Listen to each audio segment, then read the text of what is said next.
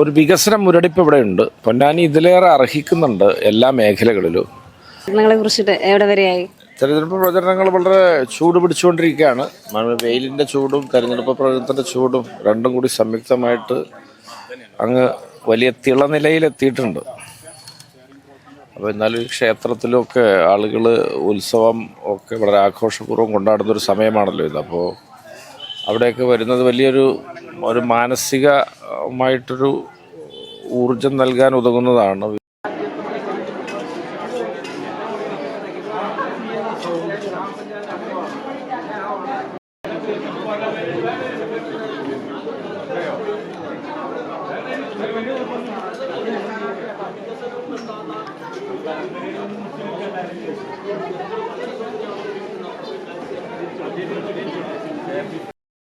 വ്യത്യസ്ത ജാതി മത വിഭാഗങ്ങൾ അവരൊക്കെ ഒരുമിച്ച് ഇടകലർന്ന് ഈ ആഘോഷങ്ങളൊക്കെ നടത്തുന്ന കാഴ്ച അത് ഇന്ത്യക്ക് മാത്രമല്ല ലോകത്തിന് തന്നെ വലിയൊരു മാതൃകയാണ് എന്നാണ് എനിക്ക് അഭിപ്രായപ്പെടാറുള്ളത്. ഇതൊരു പൊന്നാനിയുടെ ഒരു ഹാർമണിയാണ് എന്ന് ഞാൻ വിശ്വസിക്കുന്നു.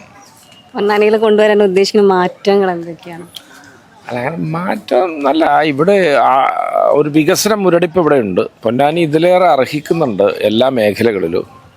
അപ്പോൾ അത്തരം മേഖലകളിലൊക്കെ ഇടപെടണം എന്നുള്ളതാണ് നമ്മുടെ ഒരു പ്രധാന ആഗ്രഹം.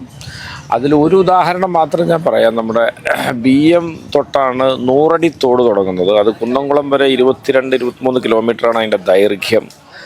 അതിൻ്റെ ആഴവും വീതിയും കൂട്ടി അതൊരു ജലപാതയാക്കി മാറ്റുന്ന പക്ഷം അതിൻ്റെ ഇരുവശത്തും കോൾ നിലങ്ങളാണുള്ളത്. അപ്പോൾ അതൊരു അതിമനോഹരമായൊരു യാത്രാനുഭൂതിയാണ്. അപ്പോൾ അത്തരത്തിലൊക്കെയുള്ള ഒരുപാട് അനർഘങ്ങളായ വിഭവ ലഭ്യത ഇവിടെയുണ്ട്. അതൊക്കെ ഒരു ഭാവനാശൂന്യരായ ആളുകളുടെ കയ്യിൽ അധികാരം വരുമ്പോൾ അവർക്ക് അതൊന്നും കൃത്യമായിട്ട് മനസ്സിലാവുന്നില്ല. അതാണ് പൊന്നാനിയുടെ കുഴപ്പം. ആ കുഴപ്പം പൊന്നാനിക്കാരെ മനസ്സിലാക്കി തുടങ്ങി എന്നുള്ളതാണ് ഈ തെരഞ്ഞെടുപ്പിൽ ഉണ്ടാകാൻ പോകുന്ന മാറ്റം.